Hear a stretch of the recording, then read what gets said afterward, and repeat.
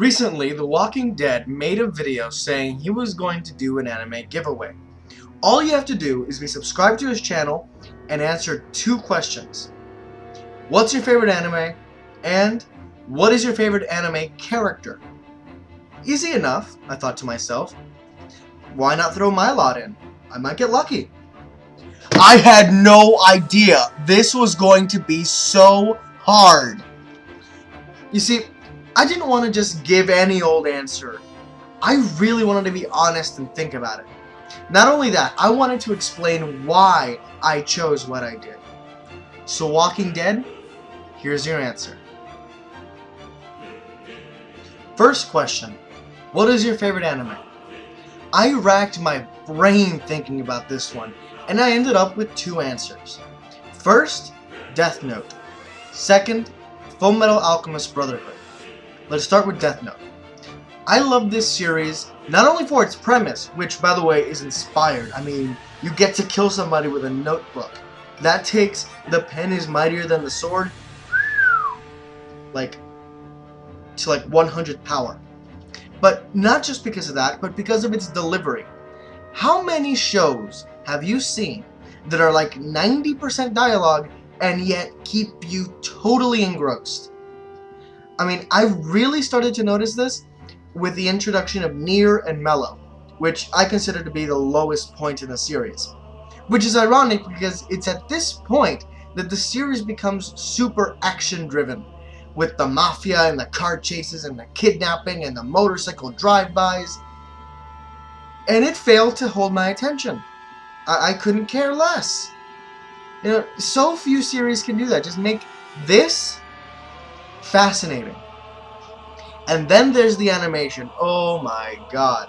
Okay, since this show has very little fast-paced action, you know, as opposed to say Bleach or Naruto or One Piece or Fullmetal Alchemist Brotherhood for that matter, whenever the animators get to show off their stuff, they have entirely too much fun with it.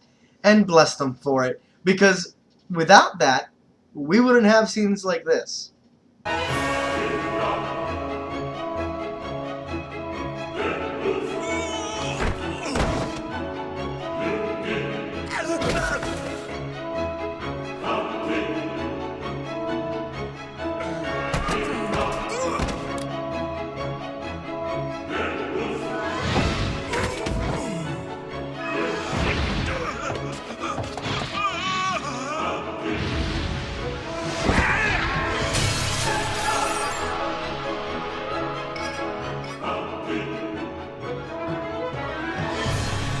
My other favorite series is Fullmetal Alchemist Brotherhood.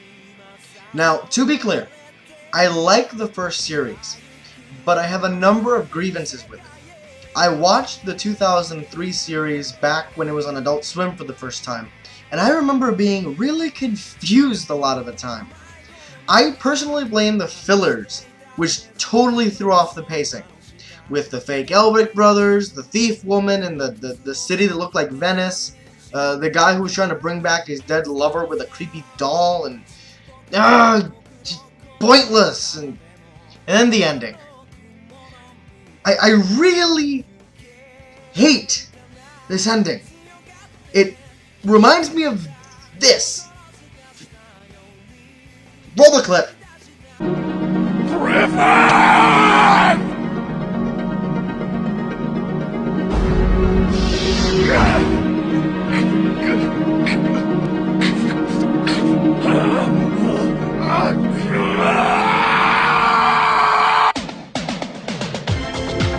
Fuck you. Brotherhood came along and fixed almost all of my problems with this franchise. This is one of the most cohesive and complete series ever. No loose ends, no unanswered questions, no movie ending. Plus the story is massive. It's not some 400-year-old hag trying to soul jump into a new body, Orochimaru style. It's a villain trying to consume God. That's such a bigger scale. It's a bigger threat. Oh my, and the animation. The animation is beautiful. The way they play with the lights and the shadows. Oh, and the music. The first series has two really good songs. Ready, Steady, Go and Rewrite. Those are like my two favorite songs from the first series. Brotherhood has 10 amazing songs. There isn't a single Brotherhood song that I don't have on my iPod. I will say this though. I do want to say this. The first series has two things that Brotherhood could not match. First was the weight of the message, and it's what they started with. To obtain something of equal value must be given. That is the law of equivalent exchange. Humankind cannot gain anything without first giving something in return. To obtain something of equal value must be lost. That is alchemy's first law of equivalent exchange. And this is true not just in anime, but in anything. You want to buy a car? You gotta get a job and you gotta work for it. You want to pass your final in school? You gotta study hard. You gotta put the effort in. You gotta put the time in. If you don't, you're screwed. There's no such thing as a free lunch. And that, to me, was the message of the first series. In Brotherhood, that kind of got toned down. The second thing that couldn't be matched by Brotherhood was Maze Hughes' death. Spoiler. Sorry. This is because in the first series, we had 30 episodes to become emotionally invested in this character and his strange obsession with his family, pushing them on everybody else. But anyway, we really became attached to this character, and then, boom, he got killed, and it was a really big shock to everybody, and people cried. I cried. Brotherhood, whereas in Brotherhood, he got about 16 episodes. He's around for 16 episodes, and then he gets offed. Plus, we already knew that it was going to happen. We saw it coming, there was no shock value. The second question was, what is your favorite anime character? Again, I couldn't pick just one. So my first is Kenshin Himura from Rurouni Kenshin. An invincible samurai, Kenshin Himura, walks the path of death and destruction. He is known as Hidokiri Batosai, the Manslayer. This character was a huge part of my childhood. He was the main reason I watched Rurouni Kenshin. I mean, let's face it, the dub was nothing special, nor was the animation. Cowboy Bebop had it beat on both categories. I didn't like Yahiko, and Kaoru was annoying, but Kenshin. This guy was nice, he was kind, he was cool, he was strong, he was badass. He both commanded and gave respect, even from and to his enemies. What are you, another one of these samurai? I wasn't finished speaking. He was super strong, but he wasn't arrogant or cocky, and he didn't try to fight and would try to avoid it whenever possible. But mess with his friends and he'll fuck you up.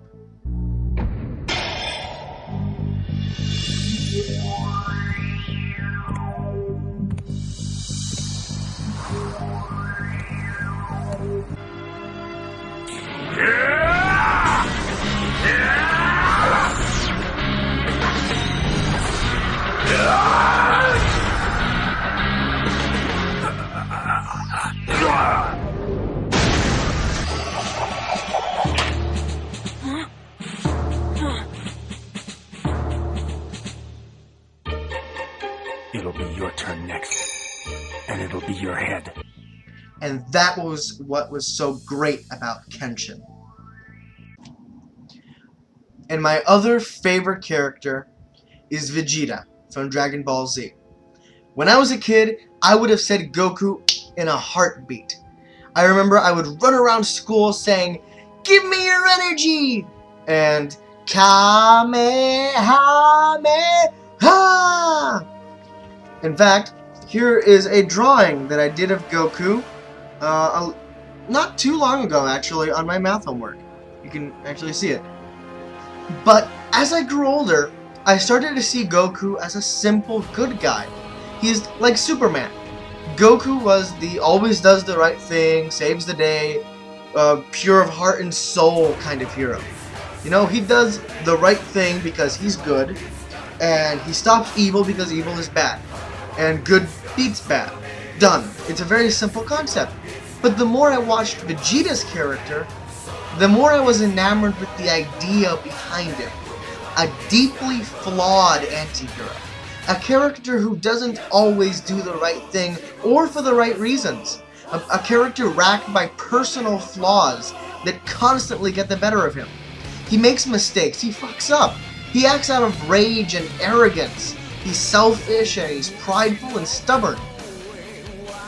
He's a real person. Real people aren't like Goku. They don't always do the right thing or fight fair. Real people struggle, they have problems. They grow, they become stronger because of their flaws. Vegeta lives constantly tormented by the frustration of living under Goku's shadow.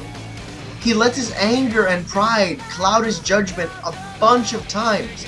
Like for instance, I'm sure you all remember during the Cell fight, he could have killed Cell before he reached his final form, but his arrogance, his pride, led to all the problems that happened afterwards. But seeing him slowly overcome his problems makes him a more compelling character.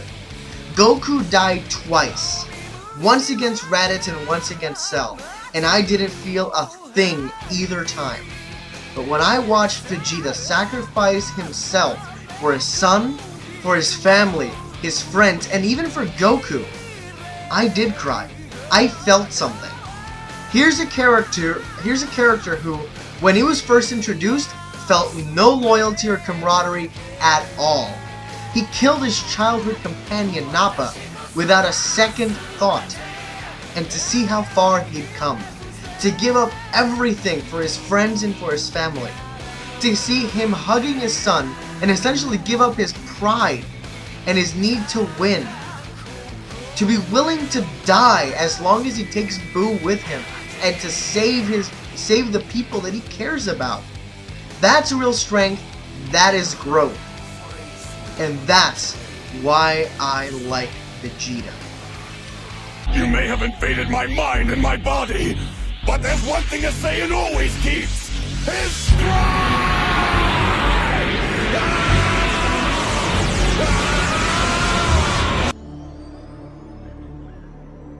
Come here, son. Dad, what's wrong? Oh, this is embarrassing.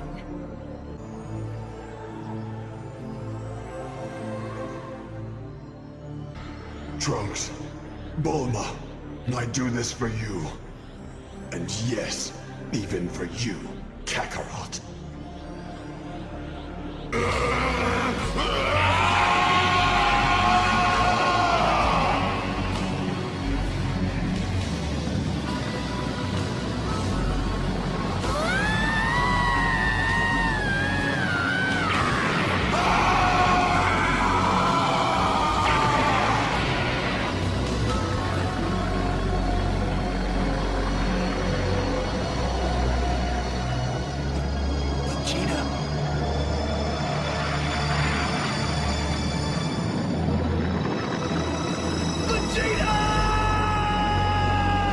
So those are my answers for the 2 questions for the anime giveaway.